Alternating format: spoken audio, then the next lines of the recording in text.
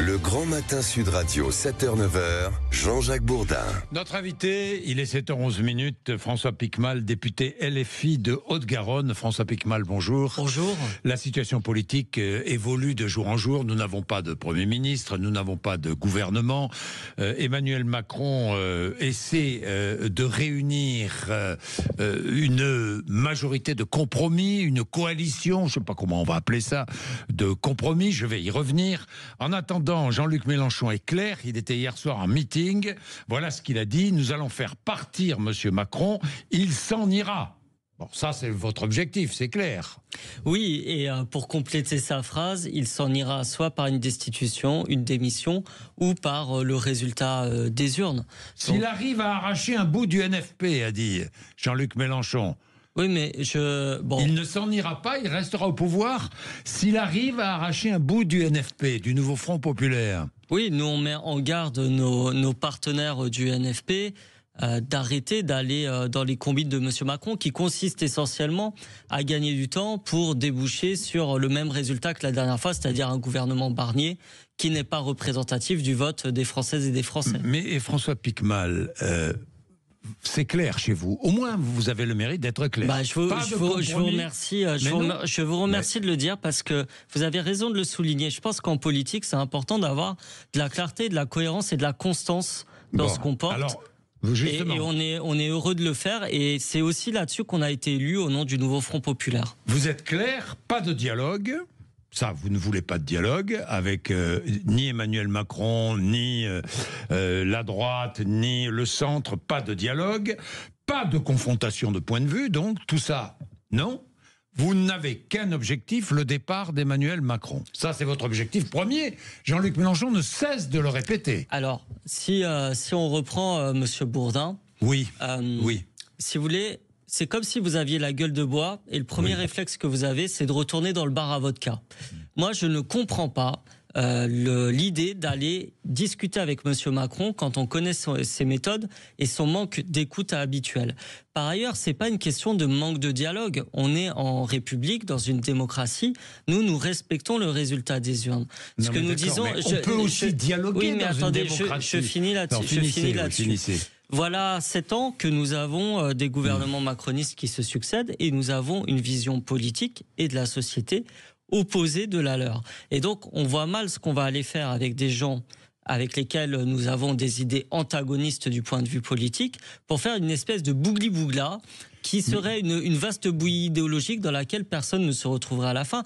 De toute façon, vous voyez bien que même M. Wauquiez fixe des lignes rouges.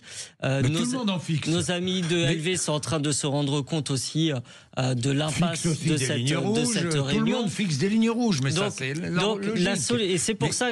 Non, mais c'est intéressant ce que vous dites, parce que c'est pour ça que notre proposition, elle est simple. C'est soit M. Macron, vous respectez maintenant le résultat des urnes de la dissolution que vous avez voulu, et vous nommez Lucie Castet comme première ministre avec le programme du nouveau Front Populaire. Avec 192 députés, donc censurés tout de suite. Soit vous vous souvenez qu'il y a eu des hommes d'État en France, et la dernière fois qu'il y a eu... vous vous souvenez de l'épisode de 1969 avec le départ du général de Gaulle. C'était un référendum, ça n'avait rien à voir. La dissolution aurait pu agir dans sa tête comme un référendum. Et moi, ce que je note, c'est qu'en 69, de Gaulle était un homme d'État, et qu'aujourd'hui, nous avons M. Macron qui est un homme sur lequel déteint le narcissisme surtout. Bon, François Piquemal, donc c'est clair, au moins... Pas de compromis, pas de discussion, on va au bout. Au bout, on cherche la démission d'Emmanuel Macron, une élection présidentielle anticipée, avec Jean-Luc Mélenchon comme candidat. Il ne rêve que de ça, il a 74 ans, ou 75, je sais pas, ou 73. Il voit le temps passer, 2027 c'est loin. Disons clairement les choses, au moins assumez cela. Mais nous, ce qu'on dit juste, c'est que si on regarde de manière rationnelle la situation, le moyen le plus simple pour que le peuple français puisse choisir un cap politique avec une majorité adéquate, c'est aujourd'hui une présidentielle anticipée. Et ce chaos, il a été mis par M. Macron. Vous y participez? Non. Pas du tout. Et non, encore, pas du tout. On y participe. Non, mais je vous pose la question. Monsieur Bourdin. Expliquez-moi pourquoi vous n'y participez pas. C'est vous qui mettez une accusation, c'est à vous de l'objectiver. Est-ce que vous voulez le chaos? Est-ce que vous voulez le chaos? Non, on ne veut pas le chaos. Le chaos est déjà là. Il y a 1000 milliards de déficit. Macron a saccagé nos services publics, les hôpitaux, l'éducation nationale. 1000 milliards de déficit? Oui. Oui, bien sûr. Oui.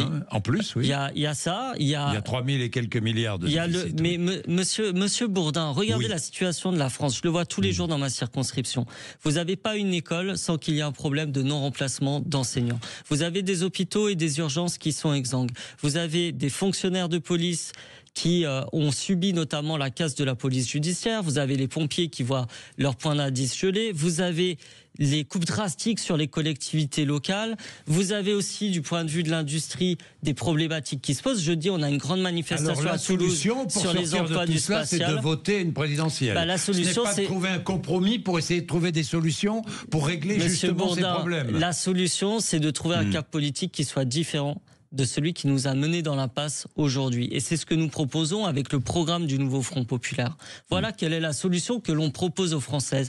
Après, c'est à elles et eux de se déterminer lors d'une élection qui donnera le choix à chacun de pouvoir choisir l'horizon que l'on souhaite pour notre pays. Bon, au moins c'est clair, ça me fait plaisir, François Piquemal. Je vous remercie. Maintenant c'est clair, parce que parfois, là au moins c'est clair, vous voulez le départ immédiat d'Emmanuel Macron, une élection présidentielle rapide et un face-à-face avec Marine Le Pen. Ça c'est clair. Jean-Luc Mélenchon sera candidat à la présidentielle, c'est clair aussi.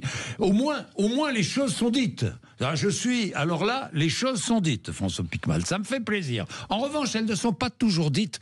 Je pensais avoir pas le temps d'aborder la Syrie, mais je voudrais quand même aborder la Syrie. Elles ne sont pas toujours dites par M. Mélenchon à propos de la Syrie et de ses propos passés. Alors là, vous vous trompez. Ah oui, alors allez-y. Parce que allez-y.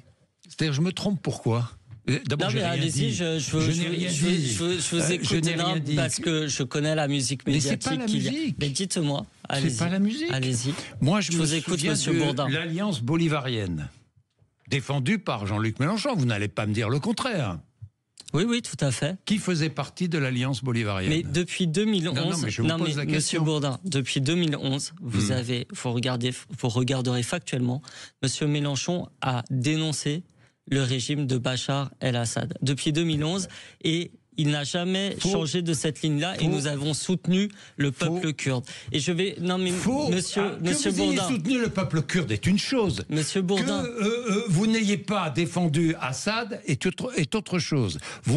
C'est faux ce que vous dites, François Piquemal. Non, c'est pas faux. Vous regarderez factuellement, Monsieur Bourdin. Il y a de multiples vidéos qui le démontrent. Mais il y a de multiples écrits et je vous invite à aller, puisque chacun se fera juge, à aller notamment sur le site internet de Jean-Luc Mélenchon où il détaille point par point et factuellement toutes les fois depuis 2011 où il a pris position contre le régime de Bachar el-Assad. Et je vais vous dire, Monsieur Bourdin, vous parlez à quelqu'un, je vais vous donner une anecdote personnelle.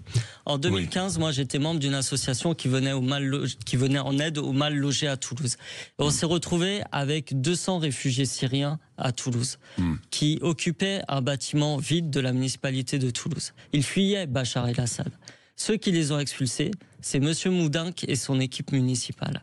Et ceux qui leur sont venus en aide, c'est les associations humanistes comme la nôtre. Donc je connais bien cette situation. J'ai été en contact avec des gens qui ont fui le régime de Bachar el-Assad. Et là-dessus, Jean-Luc Mélenchon a toujours été clair sur le fait que ce régime-là était un régime autoritaire. Et je me réjouis aujourd'hui qu'il soit tombé, même si on attend de voir ce qui va advenir avec le nouveau régime en place. Tout le monde attend de voir. Est-ce que la France doit suspendre les demandes d'asile des réfugiés syriens après la chute du régime d'Assad? Je pense que c'est pas la solution parce qu'on ne sait pas quels vont être les réfugiés qui vont venir. C'est peut-être des réfugiés qui vont fuir les exactions d'un nouveau régime malheureusement, même si tout ce que je souhaite c'est que le peuple syrien puisse s'autodéterminer et choisir son destin par lui-même. Bien, il est 7h21. Merci à vous, Jean-Jacques Bourdin, d'être venu nous voir. Député Les Filles de Haute-Garonne, 7h21. Vous êtes sur Sud Radio.